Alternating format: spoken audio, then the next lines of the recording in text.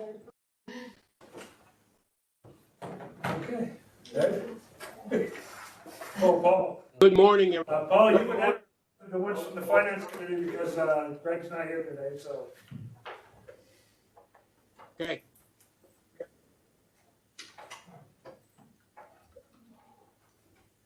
So, you want me to go ahead? So thank you for taking time out and scheduling this committee meeting to review the 2021 health insurance budget lines that we've come up with. So Paul, I don't know if you had what I emailed. It's a 4-page document with the first page being the budget lines themselves and showing the 2021 budget proposal, what the 2020 budget is, and then what was actual in 2019. I have a note next to each line to kind of explain the differences from 19 to 20 to 21. And so if you like, I can just go through those one by one. Is that what you prefer, or do you want? Sure. Okay. So line number 1 are the administration fees. That's what we pay Excelis to process our third-party administrator for our claims for our health insurance for active and early retirees. And it's also wrapped in there as the telehealth services, and those are $5.95 per participant per month. Per plan per month, I should say, and Excelis is, for next year, it'll be $56 per person per month. So that based on the number of actual plans, sorry, I'm trying to read my notes here. That's where we come up with a budget of $226. It's a little less than last year's or this current year's budget because we have a few fewer plans as of July 1st. And then the actual in 2019 is quite a bit less because they have a RX fee that they charge us. They used to charge us separately $20,000 to process our pharmaceutical claims, and they have now rolled that into their administration fees. So it's in a different line item. Any question on administration fees? Kim, you said it was so much for, when did the jail go on Teamsters plan?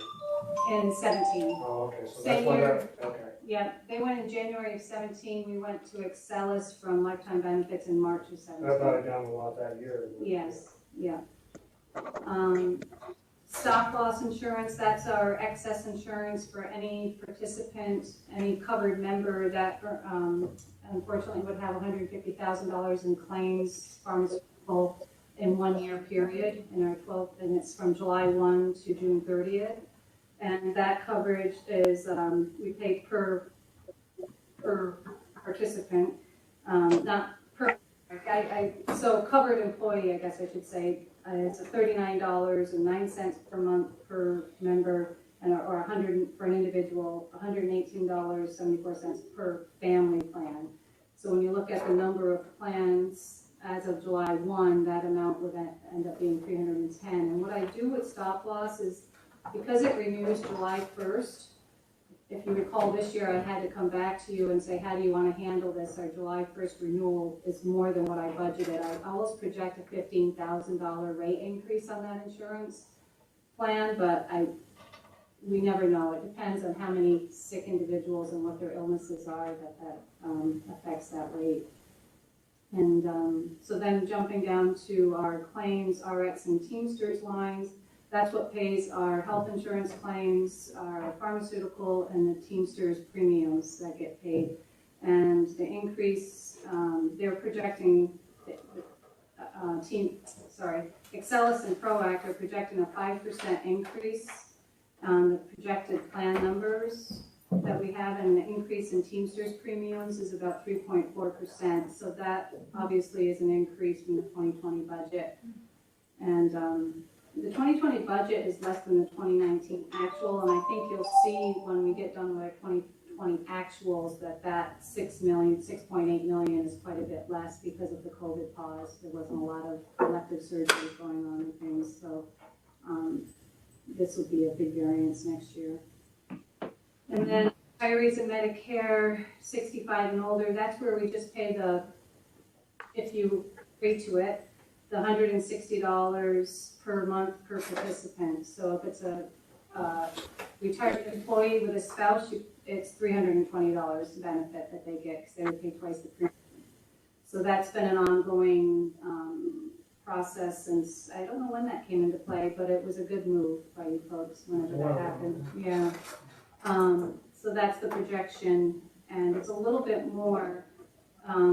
Some of our retirees, well, I'll talk about that on the revenue line. So the revenue lines down below, you have insurance recoveries.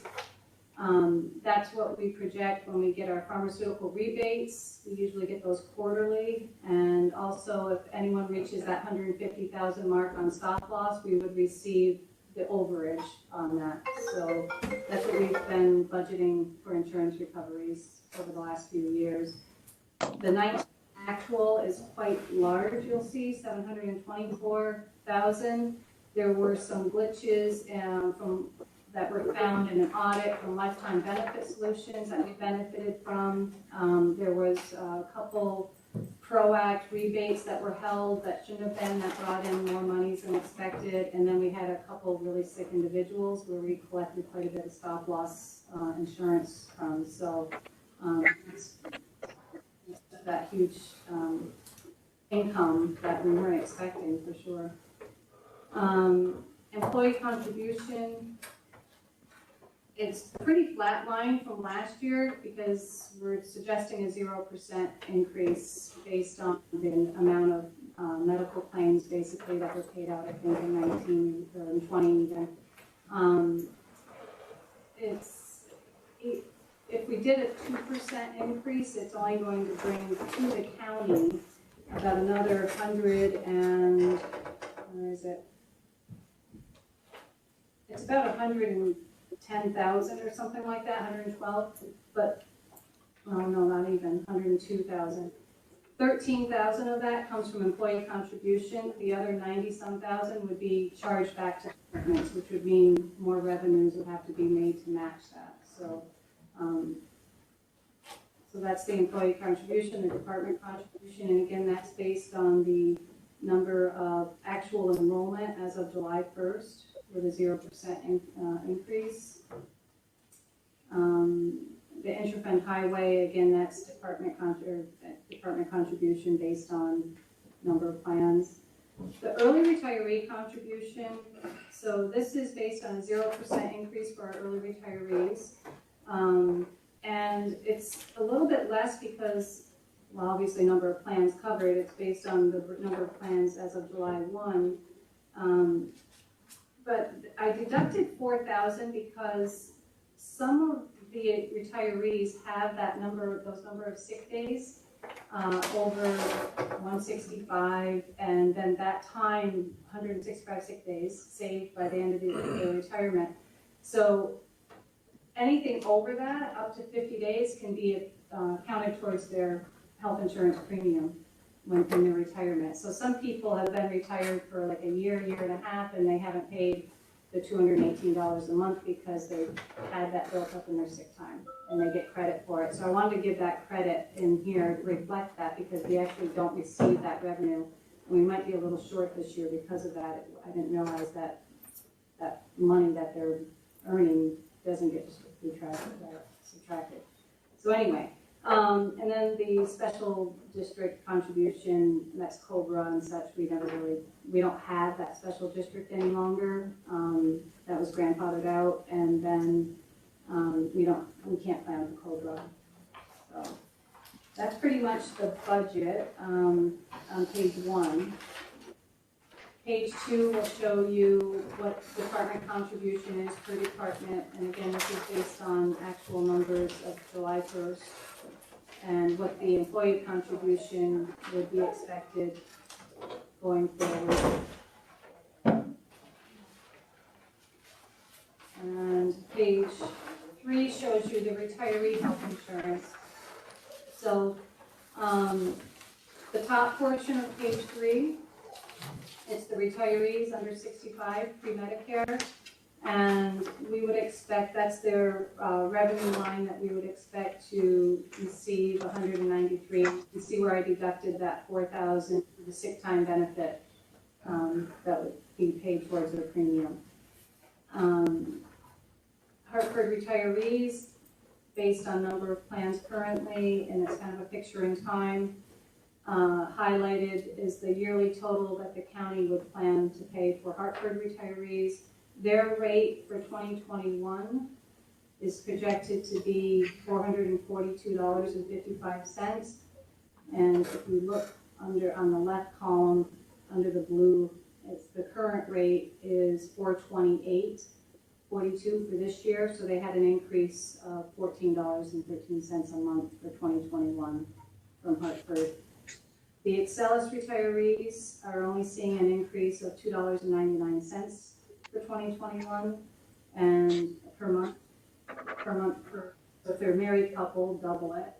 And then, so the total cost that we expect to pay towards Excellus Medicare eligible retirees that choose Excellus would be the $55, or a total for the Medicare eligible at $314,880 if you approve the $160 a month for them.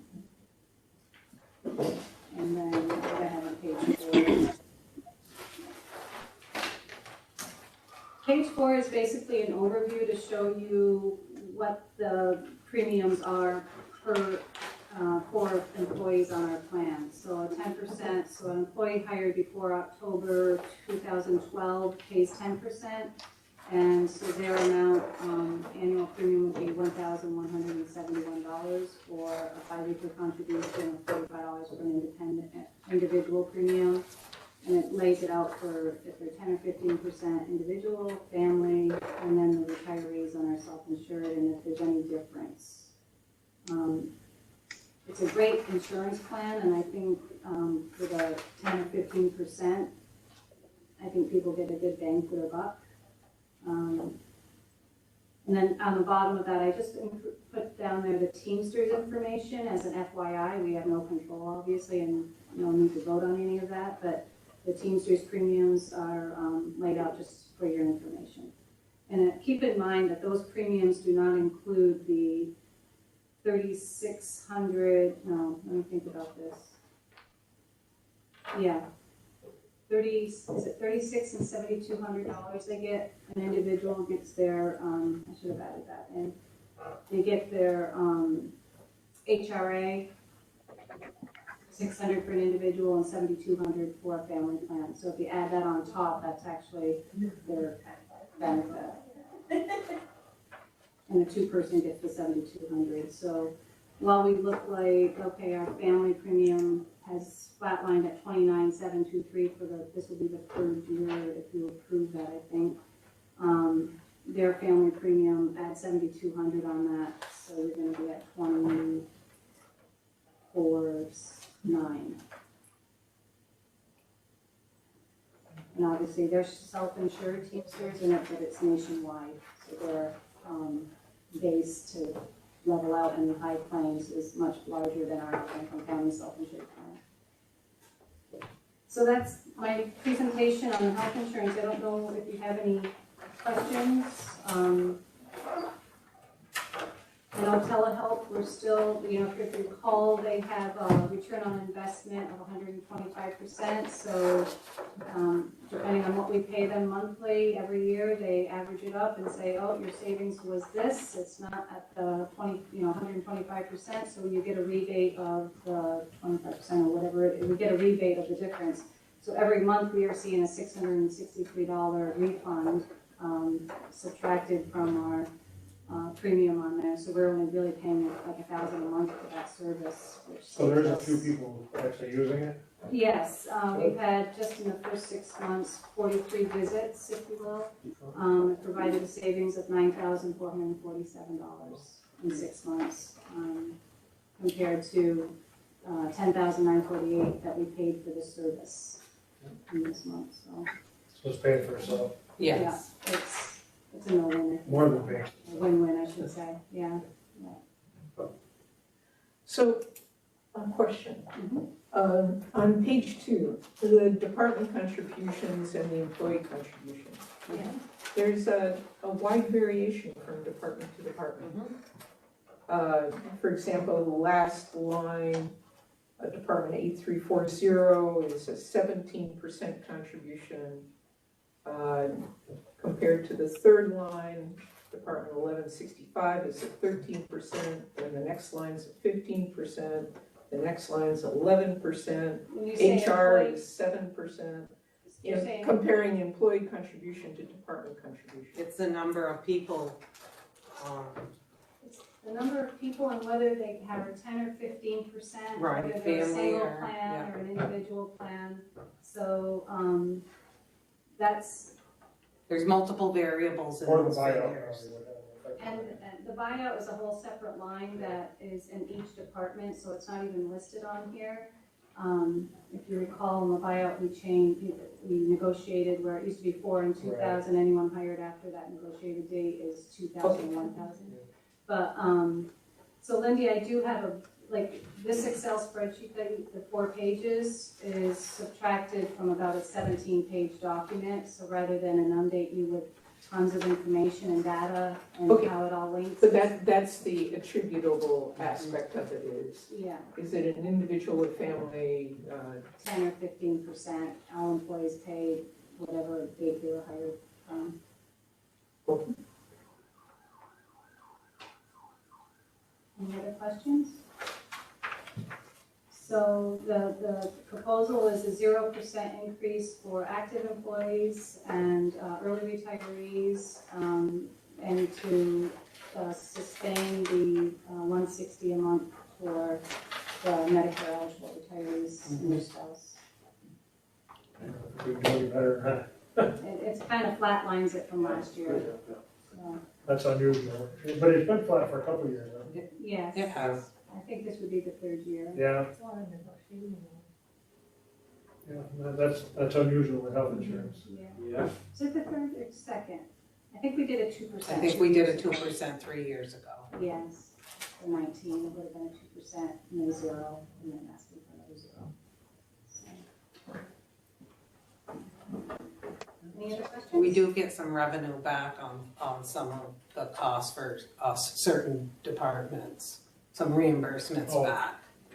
Right. Like at social services, we get a portion of it back. Minus 20%. She does need a resolution on this. I do have one prepared if you want to do it from the floor, or you can. You just wanna do it from the floor today, I mean, the resolution for this? Okay, That'd be great, because we have to get information out. I mean, go ahead, we should do it already. It'd be very helpful, thank you. All right, Thank you, Penny. Thanks, Kim. thank you very much. Thanks, Kim. Michelle's next.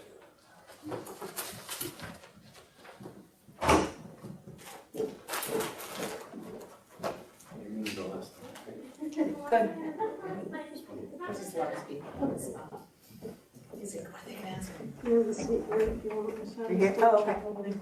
Oh, no. I haven't been here in a while. Oh, she's sitting in your chair. Hi, Paul. Paul Maroon, she's sitting in Hello. your chair. How are you? Who- Michelle, over there. Michelle. Okay. We got the okay, you can sit there. Oh, okay. Hi, Michelle, thank you for coming in today. Thank you. The floor is yours, because we always know you're looking to save money. Okay, well, kind of, but, so I just am actually looking to, backfill 2 positions this week. They're both in HEAP. The one position is a permanent, full-time position in HEAP that's there, full-time year-round. That position just recently became vacant, so I'm asking to backfill it. The HEAP money there, it's 100% federal, so there would be no, local share cost at all. We're good. And I have them here, so we're For all today's set. meeting, yep. And then the second backfill, so during heat season, as you guys all know, that I always usually come and ask for, I usually ask for 2 temp full-time social welfare examiners, and 4 community case service aides.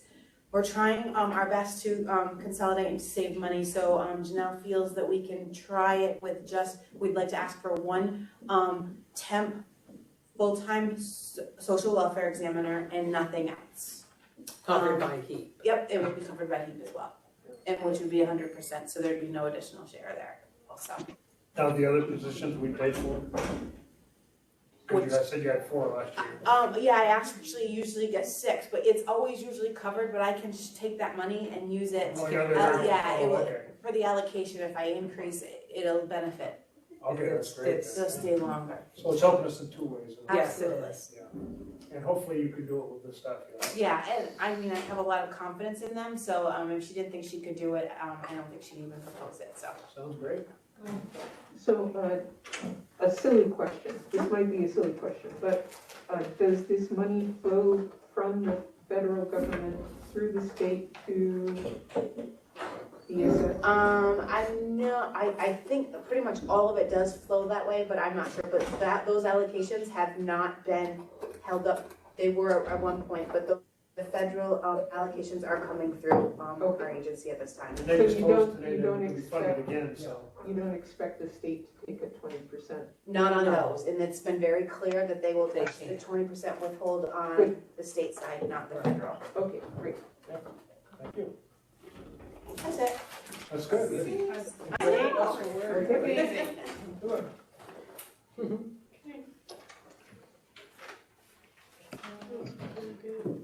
I'm just gonna sit. What we gonna get back to? You're welcome. Can I sit here? I didn't see him. I didn't come in that way though. Well, if he's here, we can just take a few minutes, probably. Okay.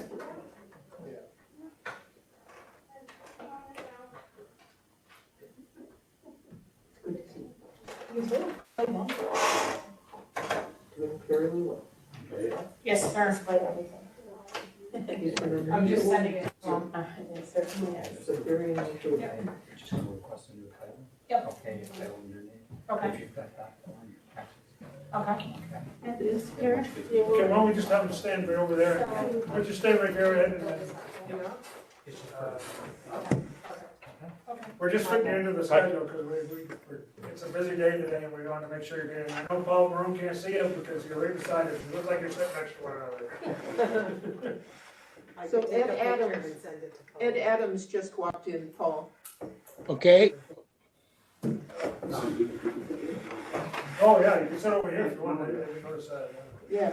Greg. You want me over there? Yeah, Greg's desk is open. Play a musical chair. Yes, You're lucky to get in the chair now. Welcome, Ed.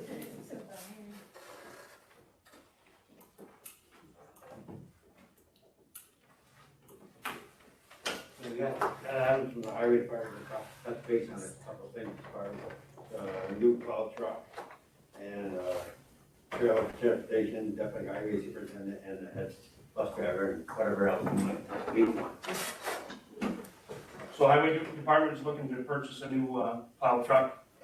The fleet currently one of our backups, 16 years old, and we feel it'd be best to update that now. As far as an update on our garage rehab, we had the fire down at the garage, and it's been rehabbed. We're waiting on a fire door to replace between the garage and the new shop. That's supposed to be in within the next month or so, and that'll all be wrapped up as far as rehab, and we'll be done with that. We're starting the transportation addition for the transportation department on the building, the current building. We have the new trailer in that we discussed previously. That's all set up, and employees have been moved over there.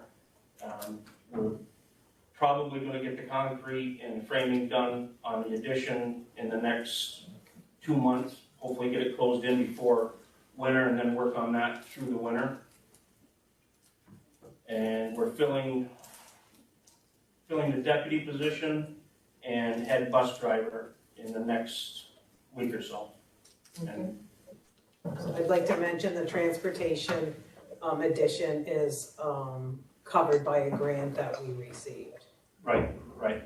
And right now, we're doing basically a cost analysis to see with the price increase on materials right now, to make sure that we can get it at least closed in and work forward. Some of that stuff is double. Yeah, and we've got an estimate being worked up right now. And as far as the plow truck goes, you're going to use some CHIPS funding that we received, and then you have some money in your current budget to cover the costs of what CHIPS isn't going to, but it's existed budgeted money, so he has that covered. Okay. Yeah, we're taking 100,000 out of the. Yeah, CHIPS, Out of chips? yeah. I personally don't like taking money out of CHIPS funding because of our road, you know, Right. but It's all part of it though, it's. I know. Yeah. And I've asked Ed to be prepared in November to come back and give us an update or recap all the work that they've done throughout this season, you know. So that's gonna be in November. And maybe a plan for next year, if you're that far ahead, I don't know. Yeah, we've got a plan put I together. know you only got the job for 2 days so far, so it's. Yeah, but we've got a pretty good plan for next year. So, He's been busy. Yeah, we have. probably prior to this even, but. Well, we're finishing up paving now and then we'll be moving on to some other projects in the fall. Yeah, I see you were doing some of the edging too along the roads and the roads. We still have quite a lot of shoulder backup to do. Yeah. What about the line painting that, when's that? The paint was just delivered yesterday, so that's gonna be in the next couple of weeks. Thank you. Any other questions for Ed? Yes, Donna or Paul or Ed, 2 questions. So we're gonna take 300,000 from the county road reserve, right, for our budget? Correct. Yeah. And what about the culvert cleaning equipment? What's the story there? Where are we on that? So we're working on that, right? Right, and We'll give you an update on that. How about in November, give an update? Well, are we I gonna we have to put something in the budget if we're gonna buy that piece of equipment. yeah, so I have budgeted for it, Paul, the tentative budget. And, you know, we've been building the county road and road machinery reserves for a few years now. Anything that's not been spent in those budget lines gets put into that reserve. So I have sat with Ed to look at how some of the critical needs around road machinery in order to become more efficient. And I think that piece of equipment could actually save prolonged replacement of culverts, right? As you Not clean. only that, but it'll prolong the roads. I mean, the water, where we cut the shoulders and get the water off the road, and then we clean the ditches to get the water away from the road. But if our culverts are plugged, then we're saturating the subgrade underneath, and that's what's causing wheel ruts and asphalt to break up. You get a lot more longevity out of a road if you can keep your pipes and your culverts clean. And how So much you would- is that piece of equipment? It's $200,000. So you're gonna take 200,000 out of road machinery. Right, so, I mean, you're gonna add it to it. well, we were using those reserves, they're, the expenses is in the budget, and we'll use some of those reserves to, back out the cost of that. It doesn't show up as revenue in your budget, it shows up, your budget bottom line will show up as a deficit, and then on the main page, you add in those reserve funds to balance the budget. So where's it gonna leave the highway reserve, I guess? That's, Yep, I sent an email out a few minutes before this meeting, so let me pull that up for you. because originally that wasn't proposed in the budget. That's before you got there though, but Right. However, what was proposed in the budget was, we backed out $120,000 for a truck repair that we're not going to do. And we Okay. backed out the plow truck, that was in there because now he's able to find the money and doesn't want to wait until 2021 budget. So I will tell you the balance The only question is, Donna, are we cutting it too short? That's my question. I don't think we are, and I've also consulted with Fran, and she thinks that, you know, the reserve can handle this. We're not using regular general fund money, for this, we're using the reserve. And they're buying new shovels for all the guys too, so. You look for the machinery? Yes, I am, what The time did machinery one? what time did I send you that? I Yeah, sent you a you got budget update. Balance of the reserve following this expense, $601,859. Yeah, and then the next one, so, there's another one as well. Yeah. I don't know why it's not showing up. Then, there's- You got a county road reserve. yeah, Okay, that one there, after the expense, you got $1,123,685. correct. So that's what's in there after all of these out of these reductions? Yes. Okay, So the county road, as Paul said, is 1,123,685 after the reductions. Also, we had budgeted in 2020, 500,000 for that reserve. If we don't use it all, then then that'll go back into the reserve, which would bring us up, say in a perfect world, to 1.6 million, over 1.6 million. The road machinery, after we allocated that, it would be 601,859. We allocated 250,000 for the 2020 budget. If we don't use that, that'll bump back up to 851,859. And anything else in the regular budget that they didn't use. So, you know, we've been very conservative the last several years, and I think we still need to be conservative, but I think, in speaking with Ed, these pieces of equipment will more than pay for themselves in the long run. okay. The reason Good with I that, ask Paul? questions, the reasons I ask questions is the chairman told me he doesn't think I'm listening, so I have to ask a few questions. Okay, thank you. Thank you, Tom. Thank you, Ed. Okay, so, I wanna say the reserves cannot be used, those reserves can only be Just for used In highway. for the highway. Thank you. Thank you. thank you, Ed. Thank Thank you. you. Thank you, Ed. Keep up the good We'll work. call to order. Pledge allegiance to the flag. Pledge allegiance to the flag of the United States of America, and to the republic for which it stands, one nation, under God, indivisible, with liberty and justice for all.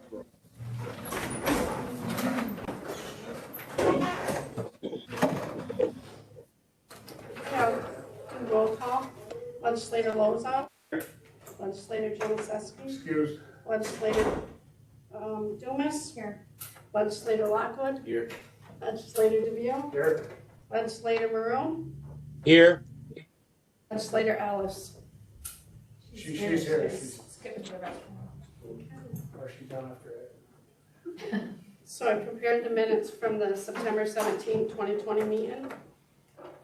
Can I get a motion and a second to accept them? Andrea and Paul, any discussion? All in favor, say aye. aye. Those opposed, nay. Motion carried. Okay, for correspondence, I have a letter from the New York State Parks, Recreation, and Historical Preservation stating that St. Regis Presbyterian Church in Brighton, New York has been placed on the state register for historic places. Can I get a motion and a second to accept the correspondence? Ed and Andrea, any discussion? All in favor, say aye. Aye. Those opposed, nay. Motion carried. Okay, so for resolutions, I have resolution number 210, offered by legislators Debut, Lozon, Janicki, Dumas, Lockwood, Maroon, and Ellis, relating to honoring Denise Grattan on her 35 years of services with Franklin County Public Health Services.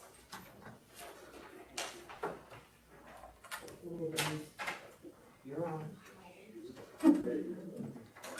Very good. didn't even know we made census. It's quite an honor to give somebody a kid with 35 years, that's, I mean, it's unbelievable, but I mean, you've done a lot for the county, and hopefully you're gonna stay around for a while. I'm retiring. Are you? 35 was your limit. Tomorrow.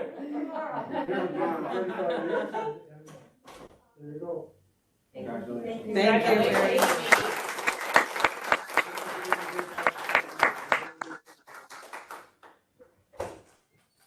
Well deserved, Denise. Okay, we're gonna do Yep. we're gonna do the motion. What's that? We're gonna do the- So moved. So moved. Yes, Paul and Andrea. Any discussion on this? I think we've pretty well discussed it, but anybody got anything they'd like to say?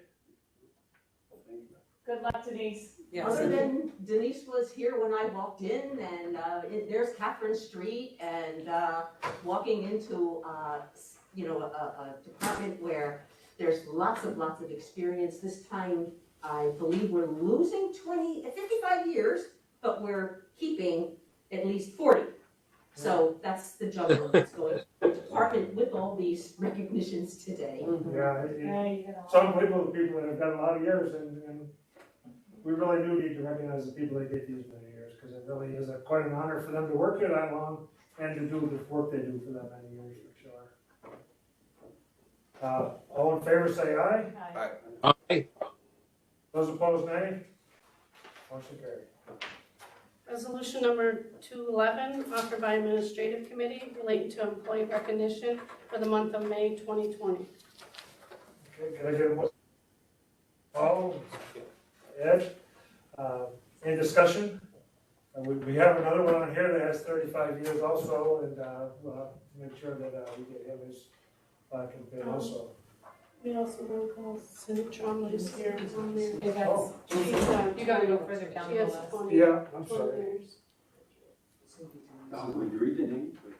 Yeah, it's Fred Gomet with Highway Department with 35 years. Yvette Gomet, Social Services with 20 years. Cindy Reynolds Trombley, Public Health with 20 years. Linda Smith with Public Health with 20 years. James Palmer, Highway with 15 years. And Christine Fountain, Auditor with 5 years. So, We have the pins, actually. Yep. yeah, Cindy is here. If I could have- gotta find the right ones.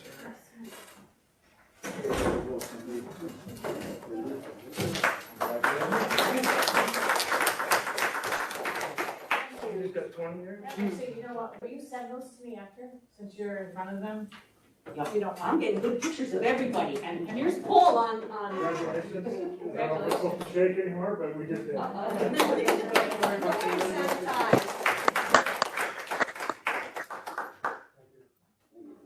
And who else? That's it, I believe, in that one. That's for that. Just 'cause now- Did we vote on that? Yeah. Okay. So, resolution number 212, offered by Administrative Committee relating to employee recognition for the month of June 2020. Okay, get a motion and a second. So moved. Paul and Lindy, any discussion? All in favor say aye. Aye. Aye. Those opposed nay. Motion carried. Don Reno? It's Denise Stratton, with 35 years. Jack Garland from the Highway Department, 25 years. Mary Cartier from the Sheriff's and Civil Office, 15 years. Senator Nichols, Emergency Service, 15 years. And Maurice Larrabee II, Highway, 5 years.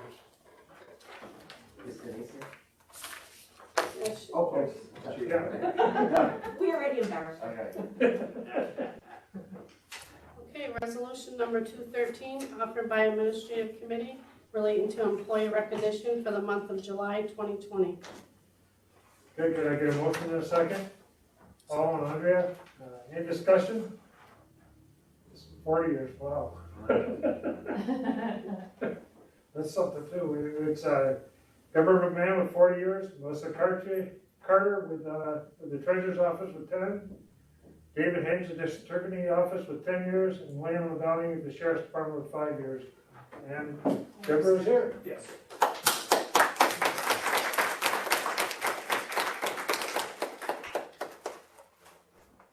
gotta be one of the biggest honors I think I've ever had to have an employee with 40 years, that's. Wow, is she staying? Turn around.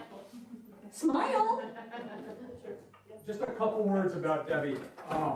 Every office, I'm sure, has an employee that's the glue to their office, that keeps the machine running and really holds it together.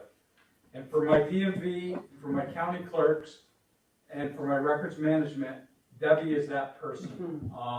She keeps us a well-oiled machine.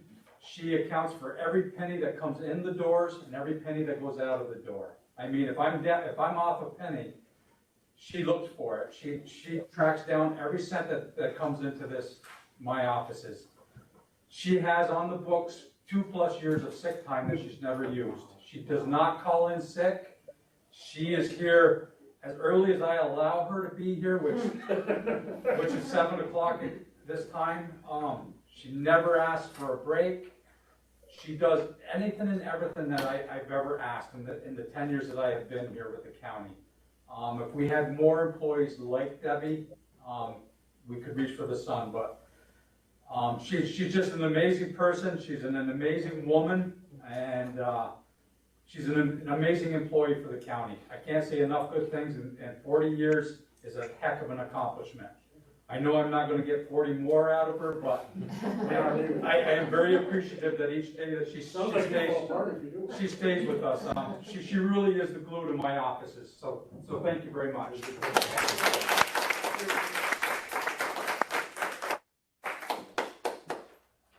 And I had to tell her a lie to get her up here. Why'd you tell her to get her up I told her Donna needed to talk to her about sales tax.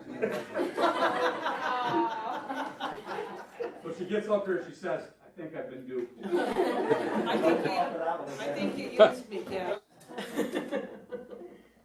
Okay, resolution number 214, offered by Administrative Committee relating to employee recognition for the month of August 2020.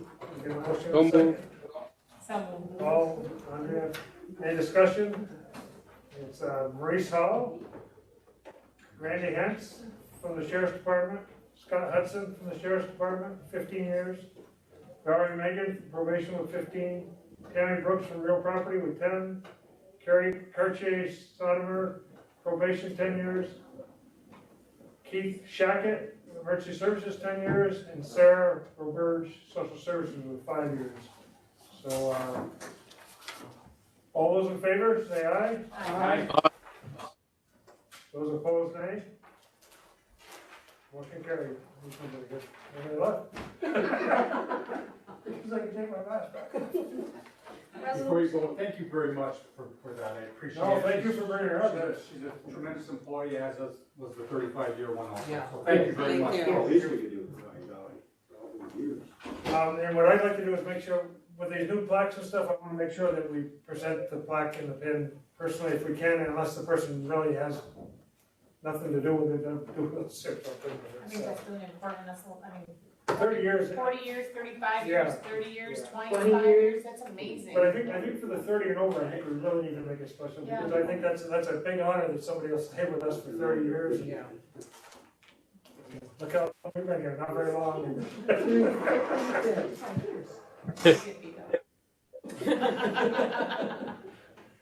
Okay, resolution number 215, offered by Administrative Committee relating to employee recognition for the month of September 2020. Can I get a motion in a second? So moved. Any discussion? This one is Deborah Dixon from Social Services with 30 years.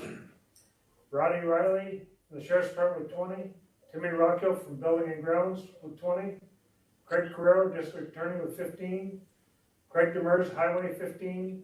Denise James, Personnel 15. Tracy Merrick, Social Services 10. Cody Quinn, Social Services 10. Benjamin Bowen, Social Services 5. And Kim Goodrow, Personnel 5. All in favor, say aye. Aye.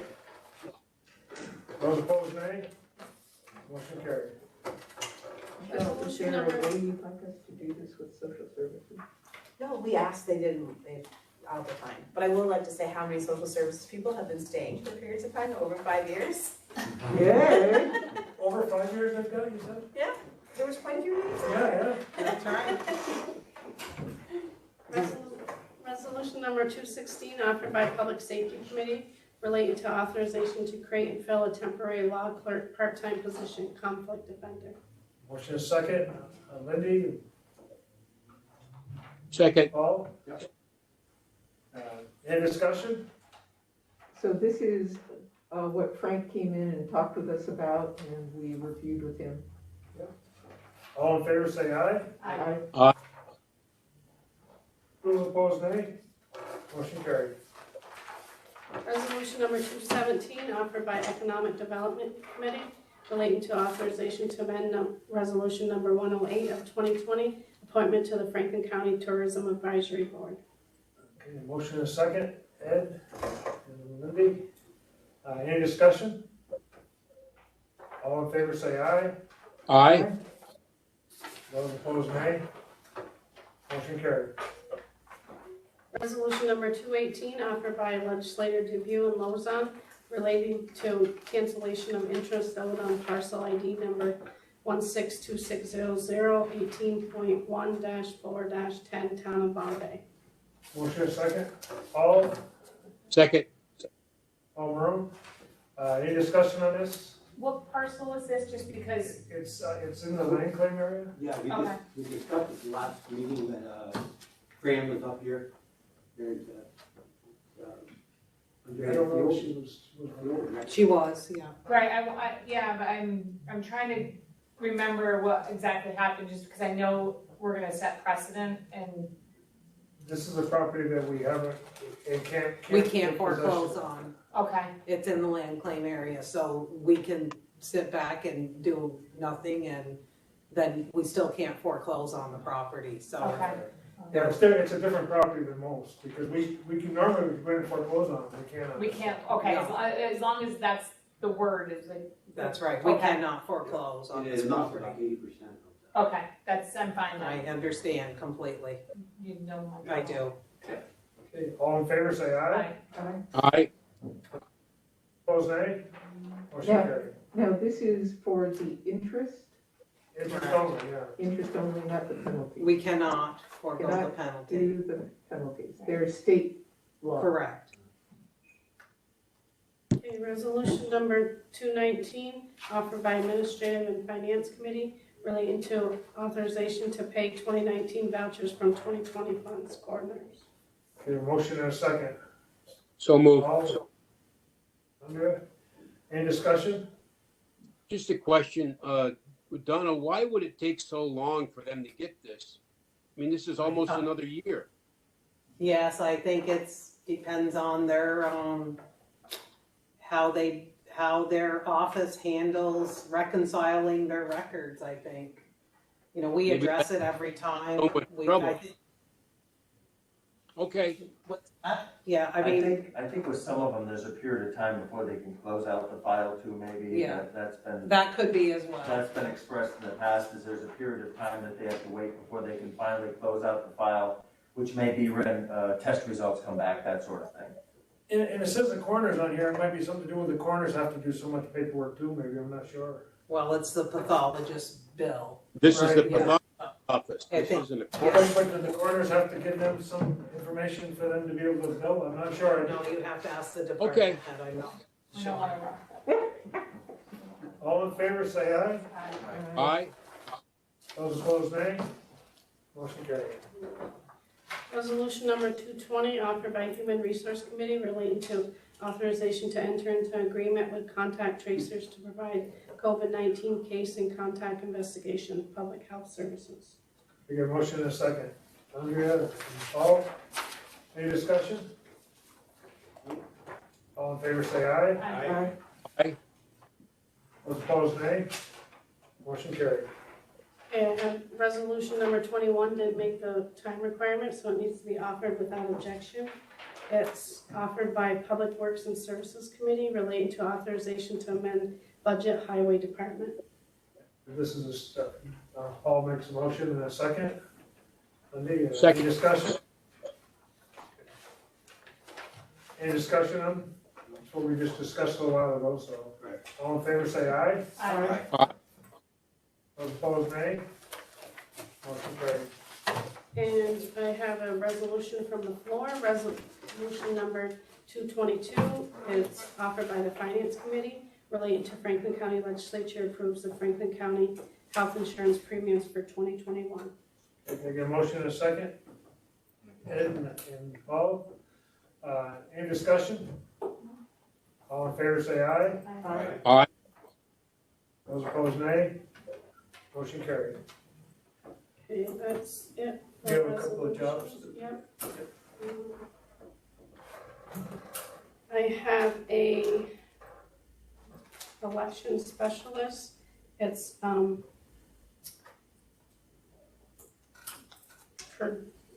believe it's per diem position. It's for the Board of Election.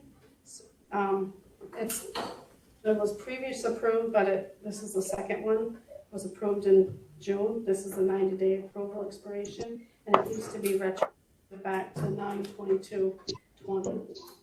They're already working. Yeah, I called Brandon on this today, and I told him I try to explain it as best as I can. What he told me was that they hired her under the $10 an hour rate, is what he told me, and as the helper of some kind, and then she caught on so fast, he decided that he wanted to hire her as his per diem that we had agreed to fill before, but it went beyond the expiration. Well, we shouldn't be hiring unless we have a I explained to him there's a proper procedure for doing This this. is not the first time we've gone around the proper procedure in this department. You know, and I explained that to him, and So what's really important for all departments is to make sure that any employee is processed through personnel. Prior to hiring. Because we have no mechanism of paying people on our payroll if they've not been processed through personnel. But at the end of the day, we've had a person that has worked, and we do need to pay her. We need to pay her, but we need to continue to stress, we need to Yes. follow the proper protocol. Correct. when I called him today, that's what I told him, and he agreed that they would. Again, he thought to hire them as a contract person, That's but what I then switch, so, At an hourly rate. yeah. So, is everybody okay with that, or Yes. everybody's okay? Yeah. Huh? Yeah, you talked to us. Well, I don't know, and we need to follow, we just have to know that everybody needs to follow the procedure, that's all. Okay. Okay, and then I have a secretary to the district attorney due to a resignation. It's a full-time permanent position. So this is a backfill. Backfill. And this position has been doing that research and discovery. Oh, yeah, that's So right. it's a very important position. Did we move her hourly through the organizing, okay, I think the commissioner, It's okay. yes. Isn't it wonderful, opportunities for employees to move within different divisions? I think she'll do a great job, I mean, both positions, she Yeah, would I have don't done a need great Craig's job, not happy. yeah. Iota, we know, we've already discussed it, okay, that.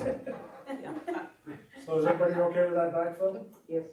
I do want to go back to the previous Board of Election position, so that position has been open for a long time, and they have had one person, and we try to balance it out with two. Mhm. So this does make that, so that there's one directly, I don't know how to put it, but, because they're all bipartisan, right? But now it's even representation. And in that's that fine, as long office, as we yeah. follow the protocols of Yep, personnel. hiring, Yeah. Good point. That's all I have. So is it, anything else to come before the board? My backfills are done from the committee meeting, is that? Yes, Okay. yeah, we got Okay. two of them. Yeah, thanks. So if there's nothing else to come before the board, I'd entertain a motion to adjourn. I'll make a motion. I'll second. All in favor? Aye. Opposed? We're done. No, I thought we had an executive. Yeah, we still got two more. Jason Murray. We got two Oh, that's presentations. right, we Okay, got okay. human resource, we got Jason coming on. And Right then now, I Pat. guess That's all we're we got right now. right now, I guess. You want See you, to- Katie. See you, Katie, thank you. So, you gonna take a little breather, Paul? Yeah, we can, yeah. Sure. Just Hi, gonna Mr. take a Paul. few minutes. I don't know. What's that? Andrea, I will, But yeah, let us know. text you.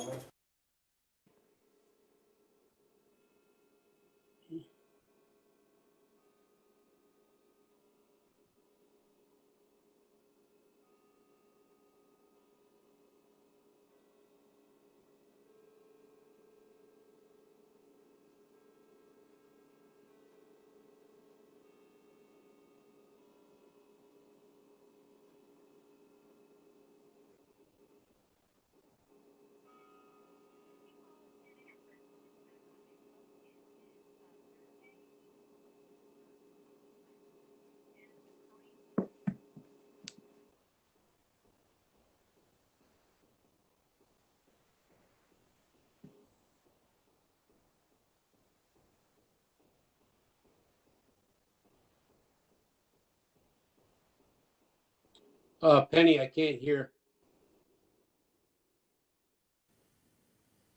Can you hear now? Yep. Okay. Yes. Okay, so I wanted to give some updates on some exciting developments we've had with veteran services in the county. So the major core one is that we're now partnered with and accredited through New York State Division of Veteran Services, and we can hold the power of attorney through them now. This is going to be a huge change for us. It opens up free trainings through the state. We're eligible to attend and benefit from all the state trainings and programs that they have. So currently, this will translate into a little bit of a savings for the county. So the mileage, the hotel room, food, lodging, everything is covered on the state's dollar for their trainings.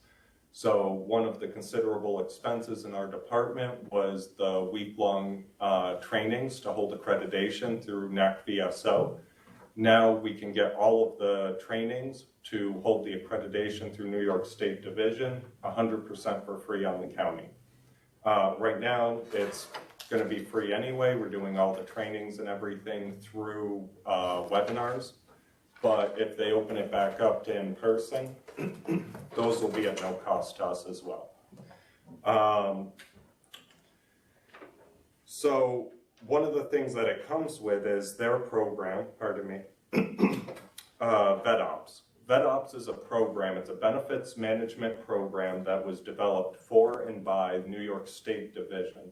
And only New York State Division of Veteran Services is allowed to use it. By holding an accreditation and partnership with New York State Division, our office is also extended use of VetOps. It's a completely digital system, self-contained on a secure server. So when we meet with a veteran and do an intake, we input their information, their beneficiaries' information, and everything in there. And it will auto-populate and fill forms, which will make it much faster to assist veterans. But one of the big things with it is we can have them sign an agreement that allows us to use their digital signature, and we'll be able to sign and submit paperwork completely contained within the system. So we won't even have to meet with a veteran if it's a hardship for the veteran, and we can fill out all of the paperwork over the phone. We can sign all the claims paperwork and have it all submitted in the same meeting, which will be a huge increase in efficiency for the department over a lot of its paper at the moment, and we'll be able to cut a lot of that out. Anything that we fill out and submit is backed up on the hard drive, on their secure drive that we have access to and can download and print if we ever do need hard copies of anything. The claims packets that are submitted are also backed up in digital format and PDF, and we can download and print those if they're ever needed. And one of the benefits of this VetOps program is that every New York State Division representative uses the VetOps system. So if a veteran comes to Franklin County from anywhere in the state and they've gone through New York State Division, we will have access to see everything they've done with the VA through VetOps. And then vice versa, if a veteran needs to go somewhere else, they move down south, all of their file will transfer without having to print and mail unless they go to a county representative or someone outside of the state division. So we also got a accreditation and certification to use the Defense Personnel Records Information Retrieval System, DPRIS for short. DPRIS is a records management system it's a federal system that is licensed and accredited to New York State Division, and we use our accreditation through New York State to access that. And this gives us access to eligible veterans' files without having to send paper requests or digital requests to National Personnel Records Center every time. So typically a veteran, if they need a copy of their DD-214 and they don't have it on record with the county and they don't have it in record with our office, we have to do a standard Form 180. We can do it digitally is the quickest way, have them sign a consent sheet, fax it to them, and it takes about 10 days to get a 214 for a standard procedure. DPRIS, if it's just a 214, should take on average about 15 minutes to get a DD-214. Wow. You want the entire personnel record from their time in service. They said that could take a little bit longer depending on it, but the average personnel file will take about 48 hours. Through the paper submission, it could take a considerable amount of time depending on what's in that file. And then you're not sure what they copied and what they didn't. So sometimes it takes multiple requests. So that will be a huge improvement for veterans in the county, being able to have quicker, immediate access to those records. And not everyone will be in the DPRIS system. So each branch is responsible for uploading its own records.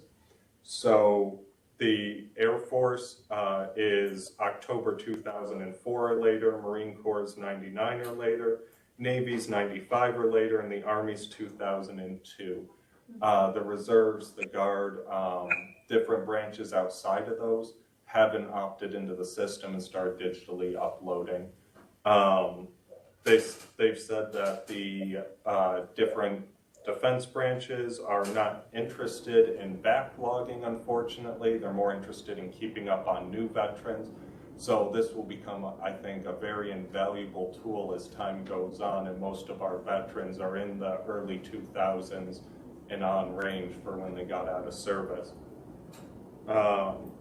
So we've had a pretty good year for growth so far, and a lot of these were stemming from the COVID-19 and everything and the times we're dealing with. It's a lot of services were difficult for us to manage in our office with it.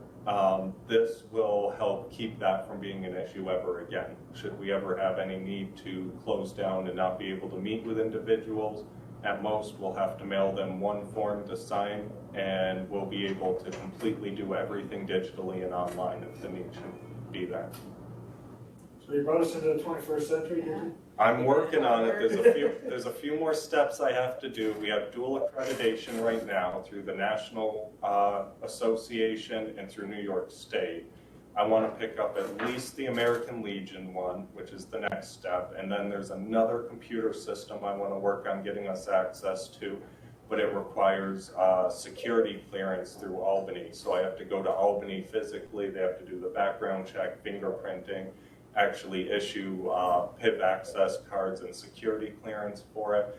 And what that one's going to do is give us access to the VA's actual system of records. So we'll be able to go in and see letters that the VA has sent, letters the VA has received, and we'll be able to see all the dates, and they scan everything right down to the envelope the correspondence came in. So if there's ever any issues in those regards, we'll be able to see that. If for some reason we don't get a letter stating what a veteran was awarded or a decision letter, we'll be able to go online and pull that directly from the VA's records file. So that'll be another really big one, I think, that'll really help move things forward and increase the amount of assistance we can offer to veterans.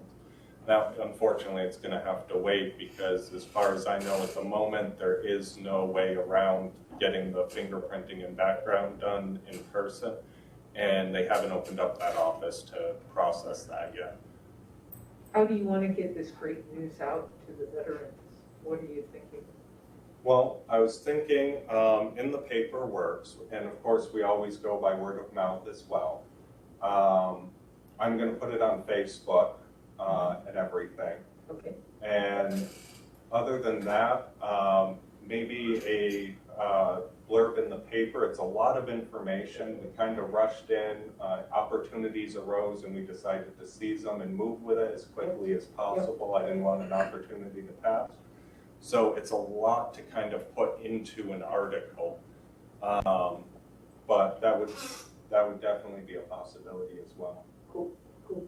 So on Facebook, we'd be glad to also, when you put it on Facebook, why don't you copy us and we can spread it through our team as well.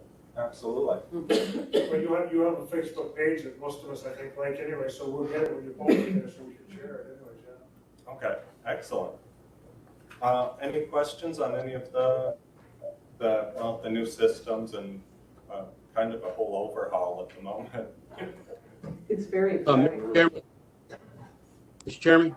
Yes, Paul. I just want to thank Jason. He has been very helpful to, I've had calls from several veterans, especially veterans who were in Vietnam, who Jason has helped receive money that they deserved after Agent Orange.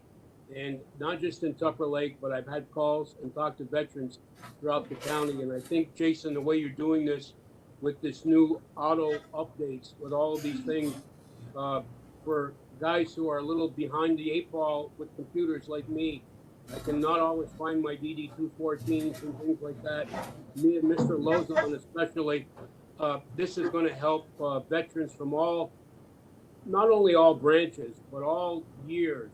And I just want to say thank you, because I know some of these guys have been trying to get some of these Agent Orange issues settled for years, and you settled it for them in months. So thank you very much. Absolutely, thank you, and it's my pleasure. As a side note, speaking of Tupper Lake, one of the other benefits is this is a completely online, all these programs are completely web-based. So when I do the hours in Tupper Lake, I can actually take them, and wherever I have the computer and internet access, I'll have access to all of these systems. And anything that we need to back up for veterans outside of necessarily the VA system, tax exemptions, maybe discharge certificates, award certificates, anything dealing with their military service. I've already checked with the State Division, and they've given us the okay to go ahead and scan it and upload it. So even if it's not necessarily something for a claim per se with the VA, we can back up other important documents to save them online in a secure digital record for veterans as well. And does everyone in your organization have the knowledge about how to do this? So for Robin, There's two. people. Jason and and two.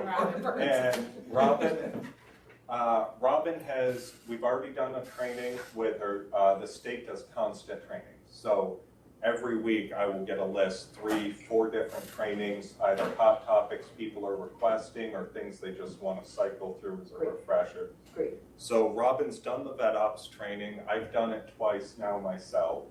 And they have a wonderful training server, and it's actually it's a complete version of Vet Ops online, but it doesn't actually go anywhere. You can go all the way through submitting the claim, building it, making veteran profiles, making dependent profiles, the whole 9 yards, uploading signatures, everything. The only thing that happens when you hit the submit button is it says a little box pops up that says you successfully submitted it. It just doesn't really go anywhere. So we actually have access to that. So if Robin needs refreshers, I can always get on there with her and we can refresh and train on any aspect of it she would need. And Jason's done a remarkable job. Oh, yeah. Thank you. Oh, yeah. Thank you for all you do, really, and the veterans do appreciate it, like Paul said, I don't hear a bad word at all, I mean, it's always good, and that's very seldom.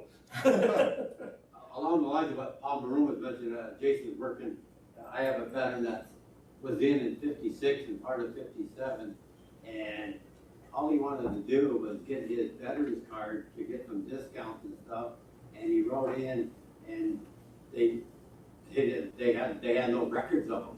all in there. And we even went as far as to get a buddy to swear to have, he has pictures and everything when he was in basic. And hopefully we're gonna get something back. He's 81 years old. We'd like to get it soon, you know? And, you know, it's tough when you got somebody that sacrificed and stuff like that. And they, you know, what do you mean, you don't have no record of I've been in? Of course I've been in, he says, you know, so it's kind of tough, you know? Hopefully we'll make some headway. Thank you for the return to favor program. Absolutely. A constant issue is actually that in the early 70s, there was a records fire at National Personnel Records Center, and unfortunately a lot of veterans lost their records, and they have a process that you're supposed to be able to follow to get not an actual DD-214 recreated, but a sheet that's certified by National Personnel Records Center that says this individual was in the service, they served, they are a veteran. And sometimes it does depend on whose desk it lands there. Some people over there seem to be more experienced than others, and sometimes they send it back with some weird issue saying they couldn't create the sheet because of something, and you just have to keep sending it to them and explaining what they need to do sometimes. Hopefully, it's going to be a long road, but I'm hoping we can get that issue resolved pretty soon. There's still, national personnel still closed. Fortunately, they're only processing very limited amount of requests, so they kind of cut us off from arguing with them. But we'll wait. As soon as they open, we'll start arguing. That's great. Thank you so much. Absolutely. Thank you for your time today. Thank you, Jason. Thank you, Jason. Thank you very much. Absolutely. Watch the court Share our there. appreciation with Robin also. I I know will. you guys work very well together, thank you. If it wasn't for Robin, I wouldn't have been able to accomplish half of anything. In fact, I think she's going to threaten with early retirement if I don't stop soon. Have a great day. Bye-bye, thank you. What a wonderful result. Oh, yes. Great, yeah. It Outstanding. was an outstanding set. Does other people come with you, Brian? We could probably No, Phil's on. Okay, we have some on the screen, I guess. Yeah, there's a few folks that were going to Yeah. join online. So as long as everybody's okay, we can start this if you want. Yeah, absolutely.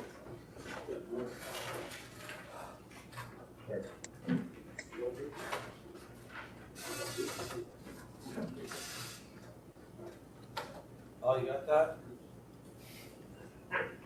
What's that? He's passing out information from Brian He said, McDonald. Paul, I want this done right, would you please do it?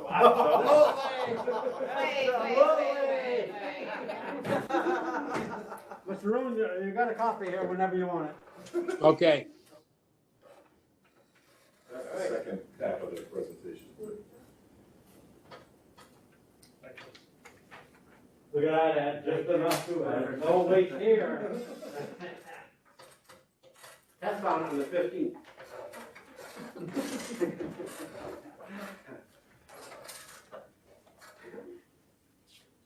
Did you want to say something? No, go ahead, buddy, it's all. Okay.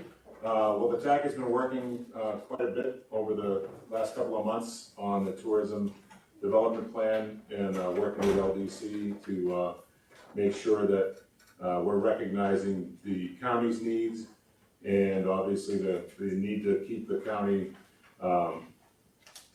safe while trying to keep businesses going in the county and make sure that there is some level of tourism and recognizing what's going on with the pandemic while still trying to keep the businesses going strong. And as an outdoor business, my business has seen an unbelievable amount of visitation this year. Even without Canadian visitors, college visitors, Boy Scout visitors, and camps, our business is way up for the month of August. Just with local people. Just local people and people coming in from New York City, mostly New York people that basically can't go anywhere else. And so they're coming, there's a lot of people discovering the Adirondacks and coming to Franklin County to paddle, hike, and do things outdoors. And, you know, we're a natural spot for getting outdoors and social distancing. And so that's a big part of our marketing is making sure that the people know that we're here. The flip side of that is some of the areas, like a lot of paddling areas around Tupper Lake and a lot of the smaller mountains are getting lots and lots of visitation. And so that's, you know, there's some issues that the DEC needs to deal with as far as, you know, overuse and trash. Parking is huge. This past weekend was the busiest weekend I've ever seen in the High Peaks. And we got a lot of the same Ampersand Mountain, the 3 mountains in Tupper Lake, St. Regis Mountain, even Azure Mountain.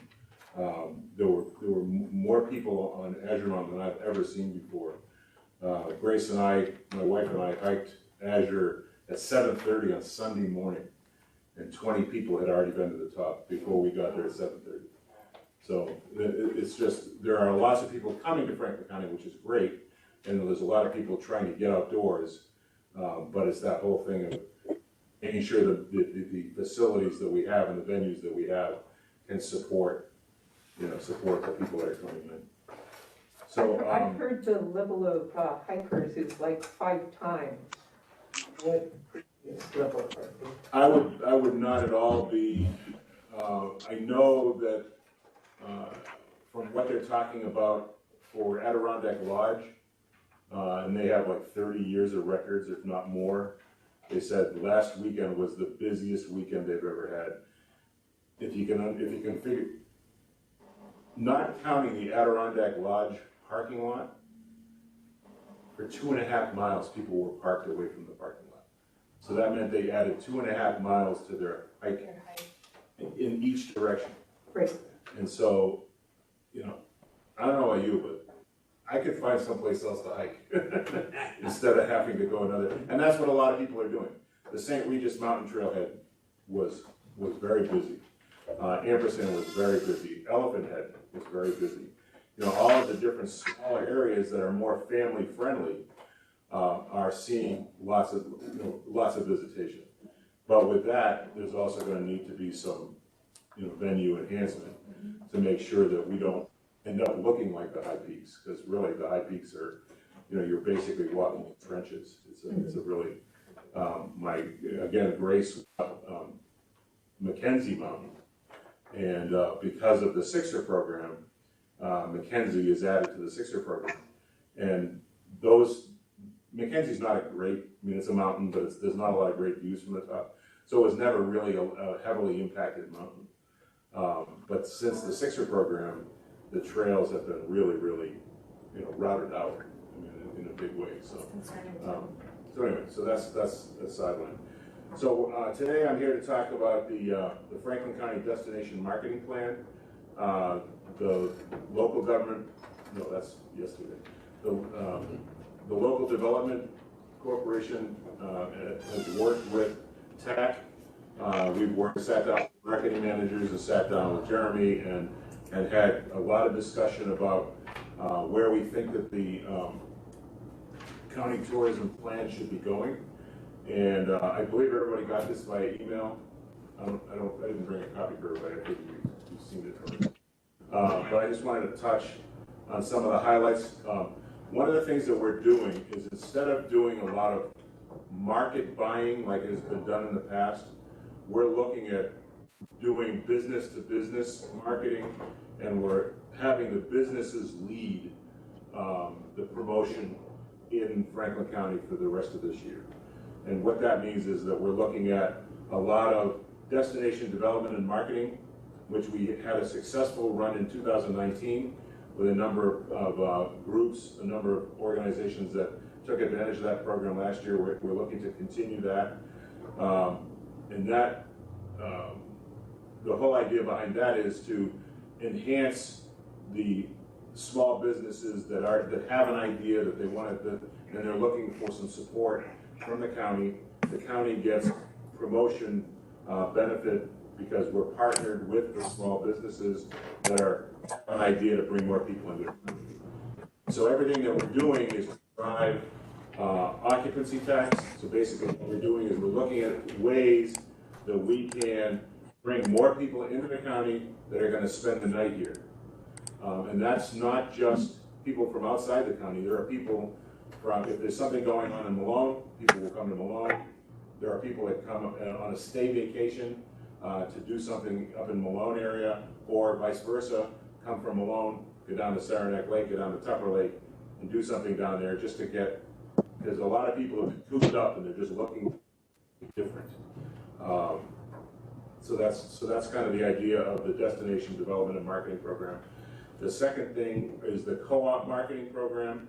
We did a pilot program with the Malone Golf Course, where we invited several lodging properties to continue the golfing program, where golf and stay, and in the absence of the Canadian market, the Malone Golf Course has taken a big hit, and so we wanted to see if by doing some okay, I'm going to show my age here. Social marketing. That's some social marketing, and doing some very low income but very specific marketing. Could we drive more people to play more rounds of golf? And so that's what's going on right now. The hits and the contacts have been strong, according to Phil. And what we're doing is we're looking to see how that actually transfers into people coming to Malone to spend the night at the hotel and to play golf 1 or 2 nights. Now, if you include other golf courses, I mean, like we have Highland and Lake Claire has a golf course. I think Tupper has a golf course. Yes, Saranac Inn has a golf course. One of the thoughts was because that is definitely something that we want to do, but for this year, and again, dealing with we were talking about this in September. We figured the golf was going to go basically through the end of October, and we wanted to do a pilot program. So we kind of keyed in with this experiment with just Malone. We did invite the Hotel Saranac and Ernie at the Adirondack at the Homeyers Lodge to participate in the program. But I think that the two the Red Roof Inn and the Holiday Inn Express were the hotels that are doing the co-op with. So was that a split? Was that co-op marketing? It was well, the whole idea was it's all being driven by social marketing. So it's all on Facebook, and it's all reaching out into the Albany, Syracuse, and Rochester areas to try and draw people. And so we're using the Malone Golf Course, their Facebook, their website, thank you, as the landing page. So because we wanted to try and get as direct information as possible, and so that we can basically drive it right to the Malone Golf Course. And so next year, what we'd like to do is expand that and have Jimmy Connors at the Saranac Inn, and have the Tupper Lake Golf Course, and the other the Dickinson Center Golf Course involved, so that and even enhance the program so that there's some kind of a contest. Maybe we can stay here for a week and hit all those golf courses or something. Yeah, and see who can score. Over the course of the season, you could even have who had the best. Do a virtual contest where you have a person, the person who had the lowest score or the hole-in-one or something like that over the course of the season. We can enhance it with a program. I always do better with virtual. So Brian, say that cost $1,000. Would Malone Golf Course spend $500 and the occupancy? At this point, the TAC has put up $1,000 to make the program work. So there was no split? Not this year. Okay. And so far, I think we've spent $500 on that program. So that's the destination development, and then the co-op marketing. We have both with destination development and co-op marketing, our strategy is to have an application process where the people come in, and it'll be a 50-50, the people put up the money and then we reimburse 50%. And the idea is to have the application process defined. At the end of the application process, the person who's applying will basically know if they're gonna get the money or not. And that reduces the number of meetings that a group has to have to approve the program. And so by having the application process define it, that gives the person who's actually applying more opportunity to refine and make sure that their application is a solid application. And so we don't want to make it arduous, we don't want to make it so difficult that people can't get through the program. And in fact, one of our stated goals is to make it easy and work with individuals that have never applied for money like this before. But the bottom line is that rather than having a group of people getting together every 2 weeks or every week to kind of filter through a bunch of applications, make sure that the application kind of weeds out the people who are serious and aren't serious. So, like, I know on the southern end, everybody's really well trained on doing a lot of that stuff, but on the northern end, a lot of people aren't well trained on that. Is there gonna be any extra effort put on the northern end to try to help those people? Absolutely, yeah, that's in the package, and how do they word it? Sometimes you don't see it when you read it. Yeah, no, but the whole idea is to, regional destination managers, Phil and Kelly, will focus on extensive outreach, especially to communities and businesses in the northern part of the county. RDMs will provide technical assistance to potential applicants to ensure that a lack of experience with completing application forms isn't a barrier to receiving funding for a business or organization with a great project. So has there been discussion around allocation across the county and how that's going to look, what that's going to look like? You got that too? Got that too, yeah. So the whole idea again is to make sure that,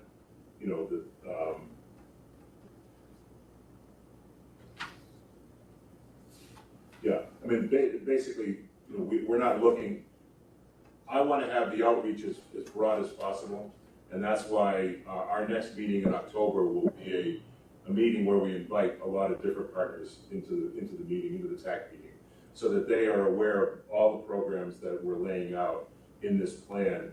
The last thing I want is for people to think, the only way I'm going to get this money is if I'm on the TAC. I don't want it to be seen as, a good old boys club where the only people that are getting this financing are people that are on the TAC board. And so the more outreach we can do, the more communication we can do with the chambers of commerce, with the different businesses, with the hotels and motels, the better I think that our program is going to be, so that it's going to be something that, the last thing I want to hear is somebody saying, I wasn't aware of that. And I think that, by getting the word out there, and Kelly and Phil are both, very aware of this, and that our goal is to make sure that anybody that has an idea that wants marketing and it's going to bring people to Franklin County, we want to support. So that's the co-op market. That's co-op marketing. And then the third piece is event sponsorship program. There's a lot of events that happen in Franklin County, and they're mostly all driven by volunteers or by small groups or organizations. And our vision on this is that the more successful and the more solid they are when they start to do the planning process, the more successful in the program itself. And so, the whole idea is to put Franklin County's name again on these projects, but also to give those organizations that are maybe operating on a shoestring budget a little bit more marketing punch to get more people to come here to be able to spend in a motel or hotel. And again, it's a way for Franklin County to put its best foot forward and to bring people for events, because we see that events definitely bring people, whether it be, I mean, you can list any number of different events that happen across the town. So Brian, what's that going to look like in terms of the event support? Historically, it's been sponsorship. It can be advertising. It can be if a event is doing a program, then the county would have specific mention in the program as a sponsor. It would be if the organization wants to do an ad that they haven't done before, they can contact us, and we can have an ad that has Franklin County's logo on it. It's the whole idea is to give them some seed money and to do what sponsorship money does. Sponsorship money, in many respects, is what you rely on to take care of a lot of your basic expenses like insurance. If you have to hire some staff, if you have to rent porta-johns, there's a lot of hidden costs involved in running events. And if an organization wants to put on an event, like this, I'll give you an example. This year, the 90 miler didn't happen. And so there was no income and no outgo, except that there was outgo. There was insurance that would have to be paid for. There's other things like that happen. And in order to keep events going, there needs to be some level of professionalism in the organization. So there's certain things we can't pay for though. Absolutely. Because it's all really gotta be about marketing. Yep. So. Yep. And what's the criteria of the event? Because once we start announcing that, I mean, the small events are gonna start wanting to know why they're not gonna follow the The criteria. principal criteria is that it drives heads and beds. Because it's a machine. Right, but, You need to keep figuring out things that are bringing people Yep. from outside the area into the area, and people are coming and spending the night in the area, and then the occupancy tax continues to circulate. So, for example, there are some events that are driven by businesses that do bring people into the area, like the stand-up paddle, the summit. Is there going to be a distinction between ones that are done based on, will all events be able to apply for this? Yes. Yes. So as you look at these requests, in the middle of a pandemic, will there be some requests around guidelines followed by, that's required by New York State? So, because we will hear about it if we sponsor an event, a non-essential event of over 50 people, right? We just need to make sure the guidelines are followed or it's going to cause problems. And that's the first and foremost premise of this is protecting public health. Right. And it says protecting public health during the pandemic is top priority. FCLDC will not undertake any tourism promotion activities that threaten public health. That's first and foremost in the whole goals of the program. So that's one of the reasons why there have been very few events anywhere this year.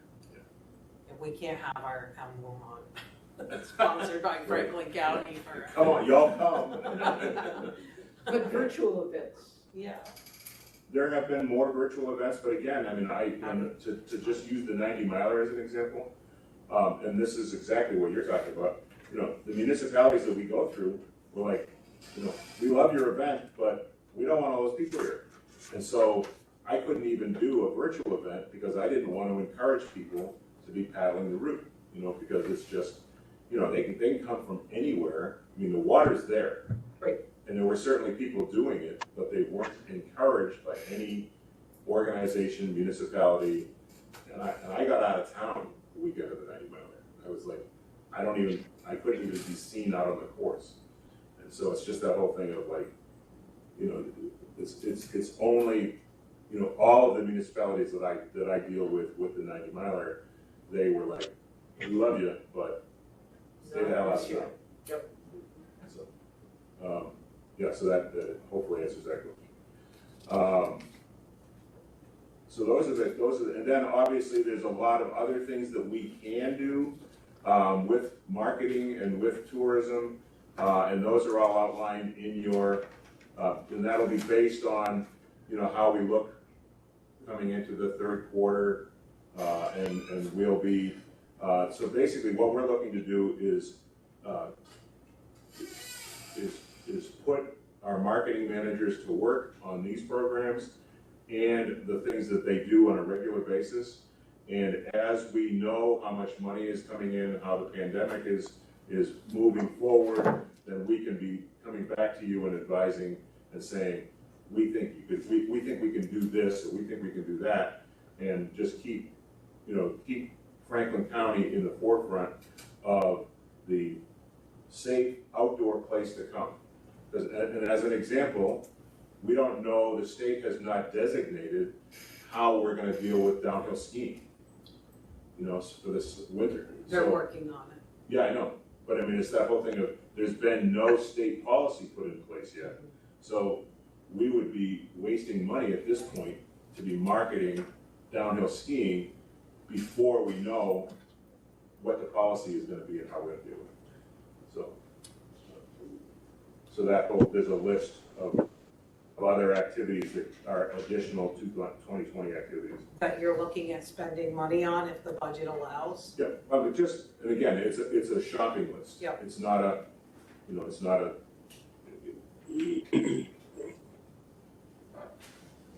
Okay, ATVs on there, all right, the ATV. The trails. it's on there, potential destinations. Hiking trails too. Hiking trails? And So- put it on the northern end, because we really want, there's a lot of trails up here that people use that we don't, there's no exposure to them because nobody knows what they are. Well, I think, I know you good folks get a lot of emails, but the LDC put out an email recently, and it was about, they did a great job of highlighting some activities that people could do. Because one of the trends that's going on right now is people are building their own packages. And so they did a great job of highlighting agricultural places you could visit, hiking areas that you could go to, you know, some different activities so that you could actually build your own visit to come when you come to Franklin County. And, you know, it was really well done. It had basically a teaser of what was available. And that was a recent email that Jeremy sent out through the That office. included all the trails in the northern end. Yeah. It probably went to your spam, because Jeremy's email was to spam. So we'll try to make, I'll I do have, have stuff in spam, and I forget to Yeah. email it on there. Well, Yeah. I've accepted him as a trusted email, and it's that still, was a mistake. yeah. Still goes. So one of the things we've been excited about is like that development of the Northern Franklin Hiking Challenge. Seeing that developed, is that a possibility? It's a possibility, but there's a caveat. I mean, I think that. What is that? I think, one of the things that you want to be, and part of the destination development is, I think Franklin County has an opportunity to do it right. To develop these trails in such a way that they can handle the impact where people that are gonna come into the area and hike the trails, don't destroy the trails. But at what point will we start that project? It's on the agenda. It's, Because I mean, there needs to be signage and a whole bunch of Yeah. stuff. Yeah. Right. Are you gonna work with like DEC and the Yeah. forest, you know, just? Well, on this end, not so much with DEC, unless it's a state. But and one of, no, Phil has been working on that, and I know that there are, you know, with encouragement from the TAC, it's not gonna be just mountains, it's gonna be like hiking into a waterfall or. you know, yeah, So, you know, family-friendly walking activities, challenges. right. Have the folks got different levels. Exactly, yeah. Family friendly and, you know. I see on Facebook where people I know are sharing, they walked on a trail and they went on a boat. It's unbelievable in the northern end even where there's all these trails Oh, yeah. within 20 miles from their home. Yeah, I mean, you can just, literally, you can walk to a river. I mean, you know, this summer, people were looking for a place to swim. Right. Never mind. Yeah, I mean, So that, yes, but that is on the agenda for, that's one of Phil's priorities is setting up the Northern Hiking Channel.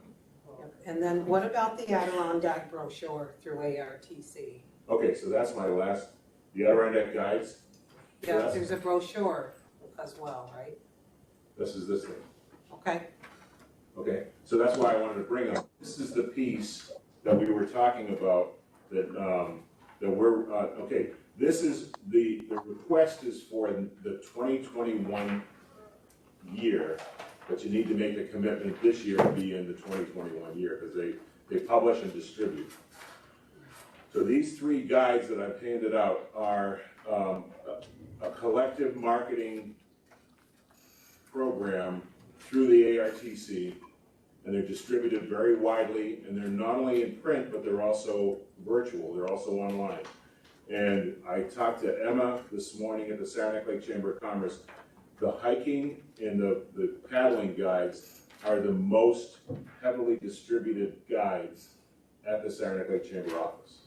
For the people that come in and want to get information about the Adirondacks, these two, the two of the three are the heaviest, have the most, that she gives away the most. And so, the TAC is recommending that we do, it's for the amount of, I think it's like, it's a little over $3,000.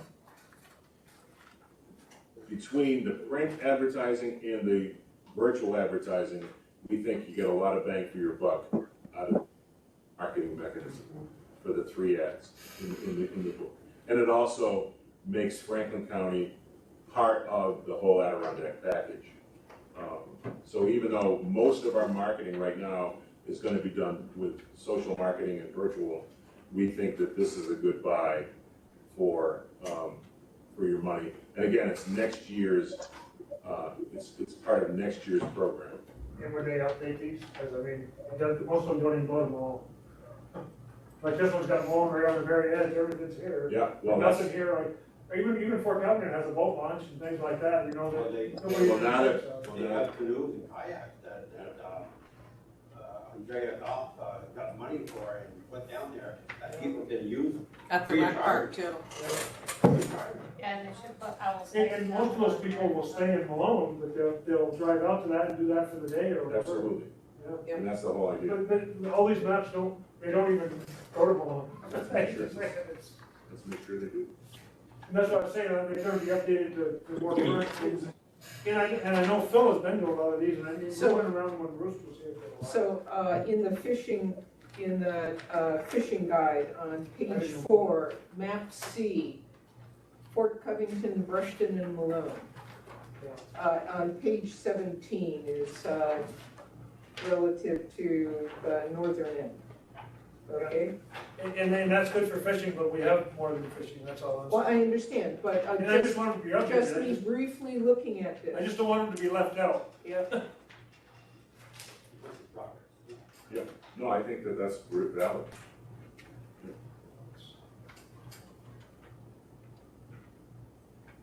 Because this is gonna be around for a year once they put that book out, And more. and more, yeah. So this is the 2020 edition, is that? This is probably the Oh, yeah. 2019 edition and the 2020. Oh, yes. Yeah. Advertised in the 2020, contact JMF.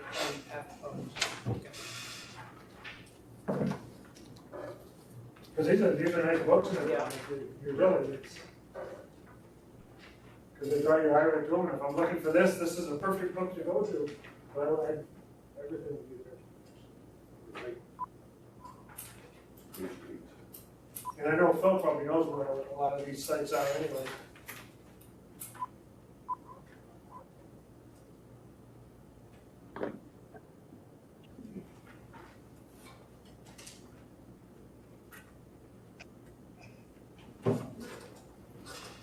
So what we're looking to do is ask the legislature to approve the destination marketing plan for September through December, and to approve the allocation of the advertising for the next year's books, next year's Adirondack these ones here. Right.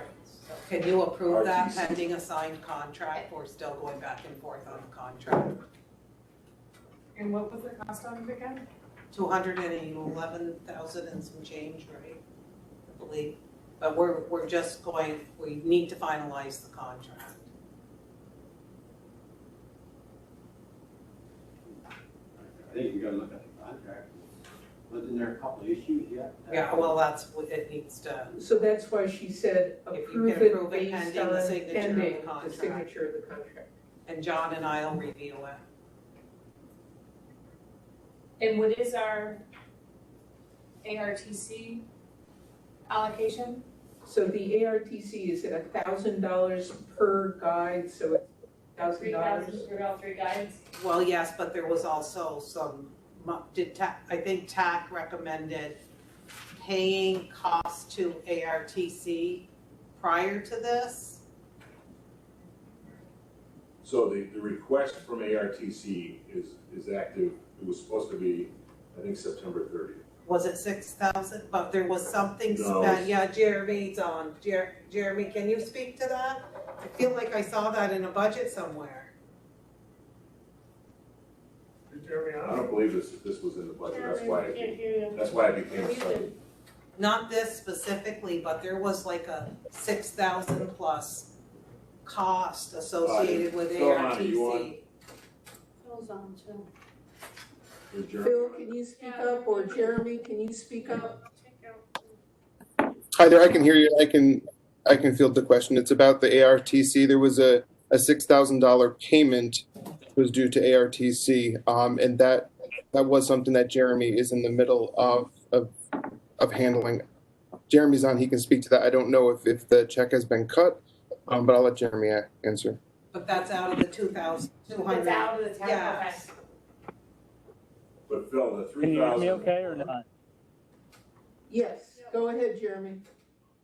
So, yeah, the request for the guide is in addition to the $6,000, if that was the question. It's outside of that, because it's a cost for next year. Right. What's the $6,000? The $6,000 was Franklin County's share of the expenses that ARTC incurred between the beginning of the year and about July 1st.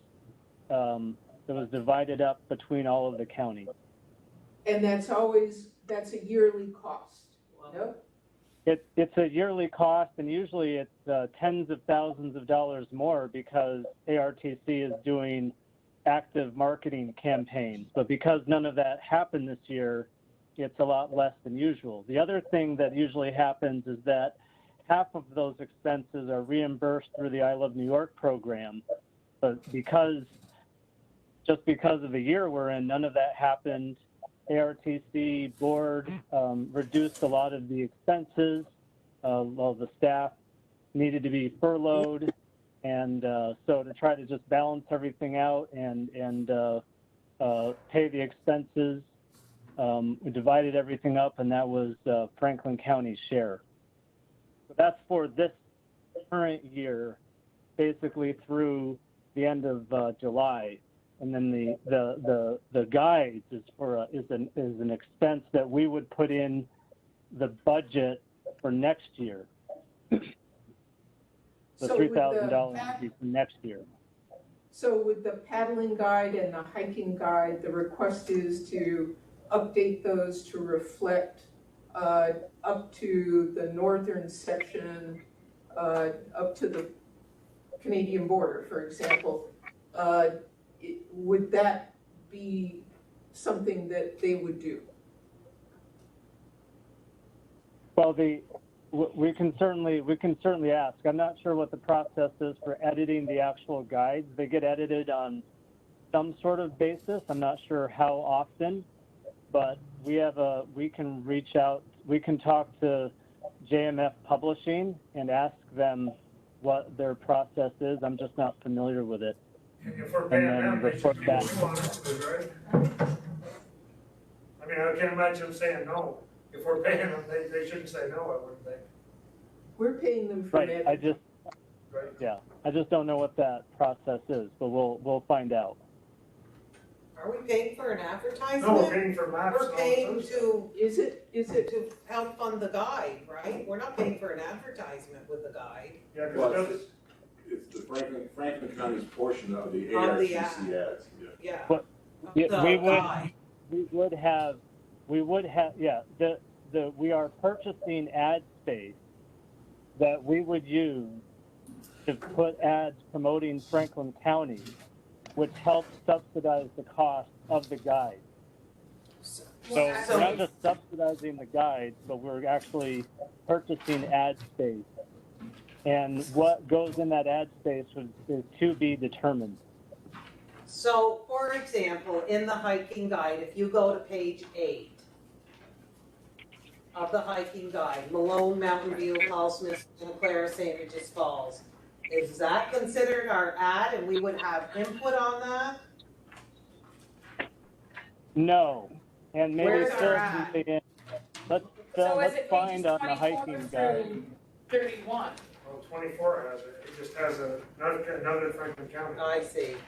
I don't know if they actually talk about any businesses in here afterwards from another Franklin Well, County. $6,000 for just. That's 3. Or- No. So Yeah. if you look at the back of the hiking guide, the back. Lake George area. So Lake George paid a portion of they actually paid for that ad. And we would, and in each, and I don't know what page, what Ruth put in for Franklin County, I don't know what page it is, and maybe Phil can help me find it. Well, on page 24, there's a little section about 2x4. Well, they put in an Adirondack USA ad. Yeah, and Adirondack USA ad, yeah. Yeah, so well, exactly, right? So And that was $3,000? well, I don't know which one had the larger ad, but yes. That was $1,000. So that's why what we're doing is purchasing a placeholder, and over the next couple of months, we would need to figure out what actual ads we wanted to put in. And it doesn't have to be, I hope I'm not speaking too loud, I just want to make sure everybody can hear. It doesn't have to be geared toward the theme of the guide. So we don't even have to call out hiking in the hiking guide. We can say whatever we want about Franklin County tourism in the hiking guide, just the way that Lake George did, for example. So Ruth had an approach in how they represented Franklin County, right? But we have that opportunity now over the next couple of months before the ads are due to figure out how we want to approach our ads for next year. Right, because, and I'm probably missing it, but Lindy says it's $1,000 per ad, but. No, I was saying Per- 1,000 per guide. But in the fishing guide, where would our ad be? Because the Adirondack USA ad doesn't mention anything, but I'm sure it's here.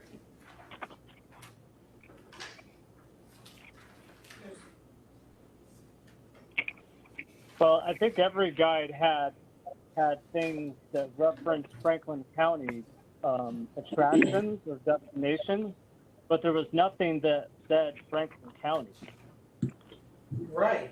The way you saw There's an Lake ad. George or the Adirondack coast. I think in the fishing guide, look for the ice fish, the auger, the guy The that's fishing guide did a very good job, he did. Where's that show? It's in this fishing guide. Yeah, where's the ad? Oh, it's not an ad, but it does, It's got the map. it's got. On page 41 of the fishing guide, you'll see towards the bottom, the approach that was taken last year was to highlight the different fishing events. Oh, 17 has a map of the St. Regis River, the Old Trail River, the salmon, the trout, East Branch of St. Regis. Well, maybe it's still not Franklin. you mean the Bassmaster? That's still not Franklin County. No, that's St. Louis County, Bassmaster. Yeah. It looks like I Love New York partnered with them, so split the cost of that. Right. Because you've got the I Love New York emblem. Yeah, the Bath Fest was held in Franklin County. So irrespective of what occurred last year, the request is to utilize this as a means of getting, Franklin County more facility. Yeah, I mean, I support it, but I just think we should know what we're getting. What we're putting money towards.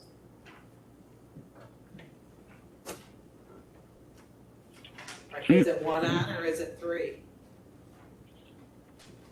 And are these the only books that are coming out? There's not a ski book or a skidooing skiing or? So Jeremy, There's no- do you understand the questions? Is it, Yeah, there's no ski guide. There's paddling, hiking, and fishing, and it would be a full-page ad in the paddling guide. And Phil will correct me if I'm wrong. A full-page ad in the hiking guide, and a half-page ad in the fishing guide. okay. And then the question is, can we ask them to broaden the range of, area? So paddling and, hiking have some more above Merlot. And I assume Phil would be the guy who would help broaden that. Would be Correct. my guess. We'll ask what that process is and what it takes to get different things in there. Okay. Jeremy, when would the next edition come out? Like the following one? Spring? Like next year or whenever? I don't know if we know exactly. It comes out in the spring before the season gets, yeah. Well, that's why the sudden need to Right. approve.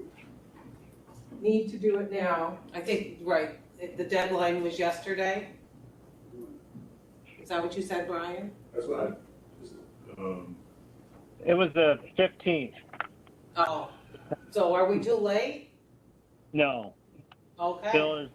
Phil's been developing a good relationship with the publisher. Oh, good. I should help. Thank you, Phil. Welcome. Okay.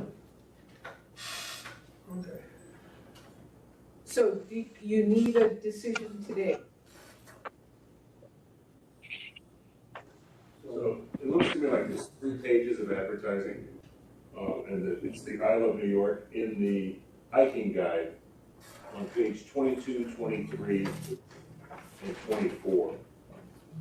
And there's a Northern Franklin County mention, there's a Mariah Challenge mention, there's a Tri-Lake trifecta, and The Moore is in Franklin County. Essex.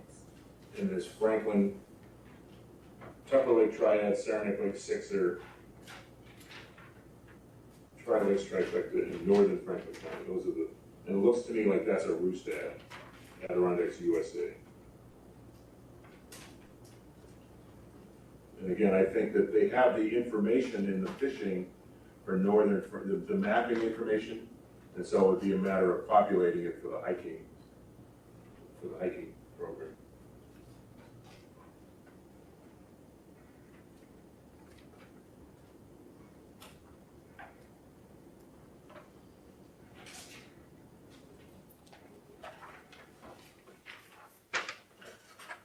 Thanks, that helps. They don't look like ads, they look like content, yeah. Exactly. Exactly. Which is good. But again, this is the mechanism to do what you're Yes. talking about. For hiking, this is gonna go all over the Adirondacks. And so, but the content needs to be in there. Well, we have till spring to change the content. No, you probably have until January, February. And instead of on the bottom, it's saying Adirondack, USA, it'll say Franklin County Tourism or something. So Because those were put in there by Roosters. correct. Yeah. So we're gonna update it to us and Yeah. have our website. Okay. That makes sense. Sounds like a good approach. I think, yeah. We get to change it if we want. Right. So are you looking for a thumbs up? Are you saying yes? Or the 3,000? The 3,000? Yeah, I'm okay with it. Yep. Gotta start somewhere. Yep. It's a good start, you guys have been working Paul? hard, it's a good start. Yeah. Yes. Jeremy? Are you a thumbs up on this? Yeah, Paul said yes. Yes.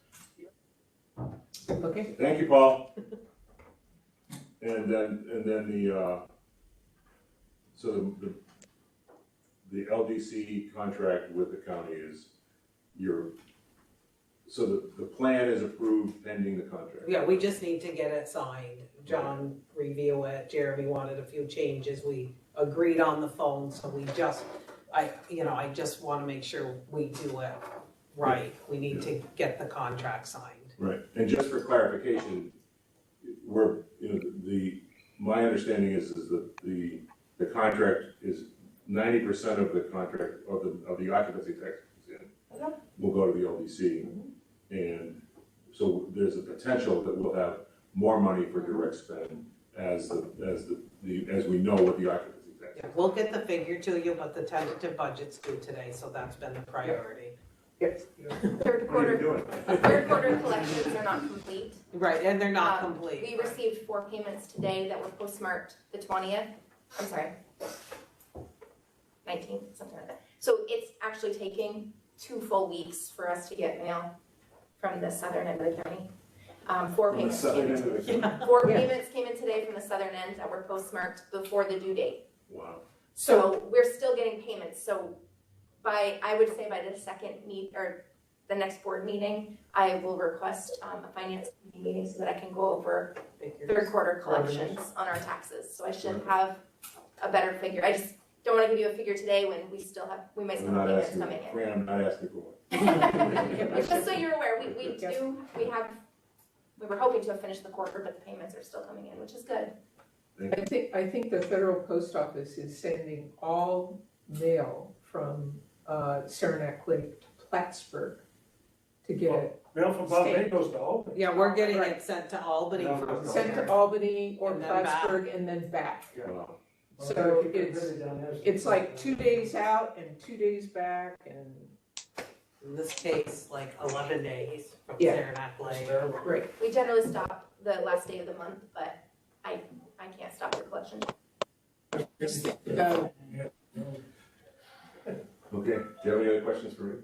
No, thanks, Brian. Yeah. I really think that they're on the right track. Good. That track, I mean, just reading what he's been sending and Phil and Kelly on board and just from what I'm hearing. It's just the reason It's gonna be a slow process. I don't want to get in that same predicament Yeah, again. it's just a slow Yeah. process, but we have, a lot of concerns are getting met and they're putting a lot of thought into it, so. Well, and I think the approach that we're taking and also the new members that you folks have appointed are terrific. And it's really, there's still, I mean, a lot of the folks that are on the TAC have been involved for a long time. Yeah. But there's still a lot of energy and we're all in it for all of Franklin County. And so we hope it continues. It's good that the new people are working out because it's the future that's backing away. Yeah. Sometimes it's good to get a little spark in there sometimes. Yeah, no, it's good. Okay, well, thank you for your time. Thank Thank you. you. Thank you. I was gonna ask, can we go into executive session? Get a recommendation. That letter we wrote, I think we need to stop. So, won't do it for us, it's ours. She did.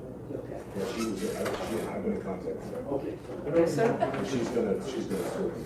Fran, I don't know what to do about this. I've talked to her. Hey, Fran? Fran? Yes, yes, I don't think that guy's open, but I'll find out for you. okay. I don't think, I don't know. It's an odd duck. I haven't seen anybody there all winter, all summer, but I'll find out. Okay, I appreciate that, thank you. Okay. Finally, about 10 emails later. So I'm getting, Just leaving it as it is. Andrea, I'm getting Yeah, me too. So I think. Can we go into an executive session for, regarding a letter that you sent out for potential? Do you not have any concerns? Yeah, just for 2 seconds. Yep. That's what I'm just conducting. Pending or proposed litigation? Okay, can I get a motion in a second to go into executive session? So moved. I'm gonna call it. So who needs to drop off? Who's on Saranac Lake? It's just gonna be for 2 minutes, I'm assuming. Yeah, one thing. So we're going into executive session. Yeah.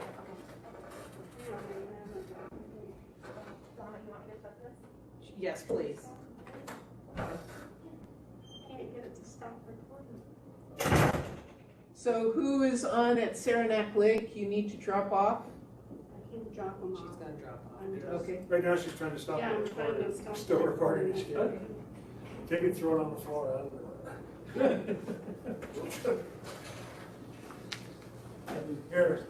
Here's a hammer. Can't get it to stop. There you go.